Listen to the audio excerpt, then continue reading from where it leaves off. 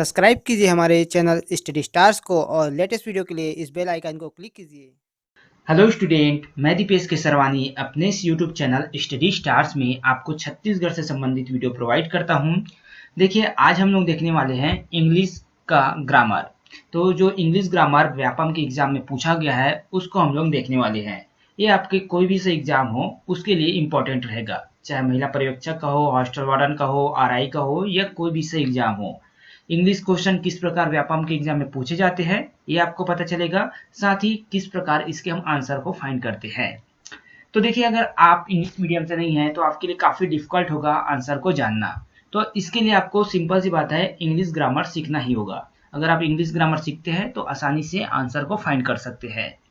तो चलिए स्टार्ट करते हैं हम लोग क्वेश्चन नंबर 31 से। वंदना आस्क्ड मी, तो वंदना ने पूछा मुझसे, क्या पूछा कि समय क्या हुआ है। तो व्हाट द टाइम वाज, क्या आएगा यहाँ पर, व्हाट द टाइम वाज। वंदना ने मुझसे पूछा कि समय क्या हुआ है। तो देखिए यहाँ पर वास वाला ही क्यों लिया गया, बाकी क्यों नहीं लिया गया। तो सिंपल सा इसका आंसर, यहाँ पर आस्क्ड लिखा हुआ है जो कि आपको पास्ट को रिप्रेजेंट कर रहा है, तो वास तो आना ही है आपका। और उसने समय पूछा है तो समय जो है पास्ट में पूछा है। सिंपल सी बात है, वंदना ने मुझसे पूछा कि समय क्या हुआ है, ये बताया जा रहा है। तो ऑप्शन नंबर ए इसका सही आंसर होगा। अब इसी पर देखिए दूसरा question, see blanks if I was busy. अब यहाँ पर देखिए उसने पूछा क्या मैं व्यस्त हूँ। सैड, टोल्ड और टेल्स तो नहीं आएगा, आस्क्ड आएगा।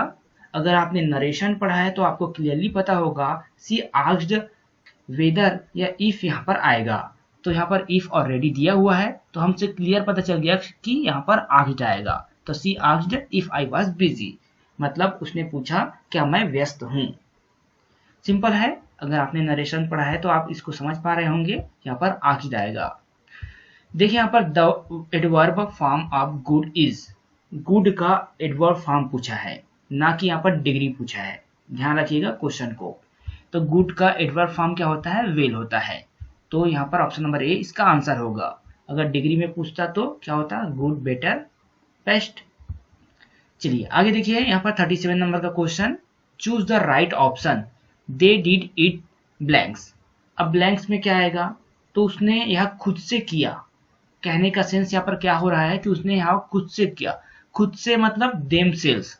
यहाँ पर ऑप्शन नंबर सी यहाँ पर आंसर आ जाएगा, देम सेल्स। देम सेल्स क्या है, रिफ्लेक्सिव प्रोनाउन है। अगर आपने प्रोनाउन पढ़ा होगा तो आपको पता ही होगा कि रिफ्लेक्सिव प्रोनाउन किसे कहते हैं। तो देम सेल्स यहाँ पर आंसर आ जाएगा।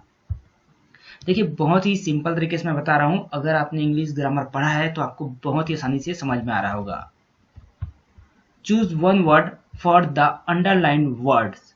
देखिए यहाँ पर जो शब्द दिए गए हैं उसमें एक वर्ड आपको चुनना है। जैसे कि देखिए, she walked around in the leisurely manner in the garden. वह क्या कर रही है, बगीचे में इत्मीनान से चल रही है। अब बगीचे में चल रही है कहना ये सही नहीं लग रहा है, वो बगीचे में घूम रही है कहना वो ज़्यादा सही लगेगा। तो यहाँ पर देखिए सी के बाद जो वॉक्ड है उसे हटाकर स्टॉल्ड आ जाएगा। स्टॉल्ड का मतलब होता है घूमना। तो she strolled around in a leisurely manner in the garden, वह बगीचे में इत्मीनान से टहलती है। ये यहाँ पर आंसर हो जाएगा। स्टॉप्ड का मतलब होता है आप किसी का पीछा करते हैं तब उस समय यूज किया जाता है स्टॉप का मतलब। मार्च्ड का मतलब जब आप कोई यात्रा में निकलते हैं या कोई मोर्चा लेकर निकलते हैं तब कहा जाता है। अप्रोवेड का मतलब क्या होता है, इसका मतलब भी घूमना होता है, लेकिन इस घूमने का सेंस ये रहता है कि आप किसी चीज की तलाशी करने के लिए घूम रहे हैं या फिर किसी अदर सेंस में होता है। यहाँ पर स्टॉल्ड का मतलब ये होता है जो आप सामान्य रूप से घूमते हैं। तो ऑप्शन नंबर 20 का सुटेबल आंसर रहेगा। आगे देखते हैं हम लोग। देखिए the thieves Khalistan the house, क्या हुआ इसका मतलब, the thieves blanks the house. Hindi में मतलब होगा चोर घर में घुस गया है। अब चोर घर में घुस गया है मतलब वो घर के अंदर गया है। तो घर के अंदर गया है तो यहाँ पर एक्शन हो रहा है, मोशन हो रहा है, तो यहाँ पर इनटू तो लगेगा ही। लेकिन ब्रोक, ब्रोक क्यों लगेगा, क्योंकि वो घर भाई तोड़ के गया है, ताला तोड़ के गया है, खिड़की तोड़ के गया है, कहीं ना कहीं कुछ चीज तो तोड़ के अंदर घुसा है, इसलिए ब्रोक इनटू। तो the thieves broke into the house, यहाँ पर ये आंसर आ जाएगा। द थीव ब्रोक डाउन क्यों नहीं हुआ, क्योंकि ब्रोक डाउन मतलब वो घर को तोड़ दिया है, हो जाता। आगे बढ़ते हम लोग। Choose the passive form of someone killed the snake. किसी ने सांप को मार दिया है, उसका पेसिव फॉर्म बताना है हमें। अब पेसिव फॉर्म हम कैसे बनाते हैं, सिंपल सा है, द स्नेक वाज किल्ड। यहाँ पर समवन क्यों नहीं लगा, समवन क्योंकि देखिए सिंपल सा रूल है, अगर आप एक्टिव वर्स पैसिव वर्स पढ़े होंगे तो, कि समवन यूज को हम क्या करते हैं, उसे हम हटा देते हैं जब हम उसको पेसिव फॉर्म में लिखते हैं। तो द स्नेक वाज किल्ड, इसका मतलब हुआ सांप मारा गया। आगे बढ़ते हैं। Reena is hard working and very intelligent. Hard working के साथ साथ क्या है, वो बहुत ही बुद्धिमान है।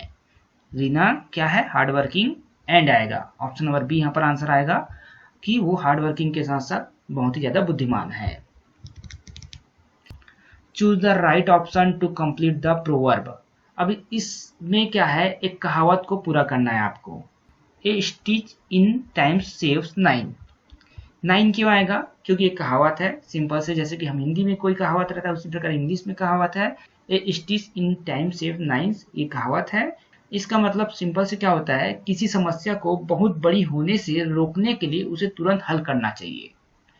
सिंपल सी बात है, कोई भी चीज यहाँ पर अगर हम हिंदी में देखें तो स्टिच मतलब होता है सिलना, तो छोटे से फट गया, अगर हम उसको तुरंत सिल लेते हैं तो ज्यादा बड़ा फटेगा नहीं। हम सिंपल से अगर लोकल लैंग्वेज में बात करें तो, लेकिन यही हो जाएगा ऑप्शन नंबर डी 9। इंग्लिश का प्रोवर्ब है, कहावत है। अब यहाँ पर हम लोग देखते हैं, ए फिजिशियन इज। फिजिशियन क्या होता है, मेडिकल डॉक्टर होता है, साइंटिस्ट नहीं होता physician. Professor in physics, physics में प्रोफेसर नहीं होता वो। या फिजिकल फिटनेस गाइड भी नहीं होता। फिजिकल फिटनेस गाइड को हम क्या कहते हैं, फिटनेस ट्रेनर कहते हैं। तो यहाँ पर मेडिकल डॉक्टर जो है सुटेबल आंसर होगा।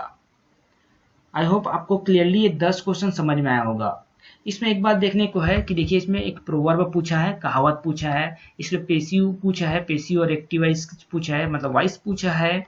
आपको समझना है कि कहाँ से क्वेश्चन आता है। यहाँ पर देखिए, यहाँ पर सेंटेंस इंप्रूवमेंट का क्वेश्चन है, 1 वर्ड वाला सेंटेंस यहाँ पर इंप्रूव हुआ है।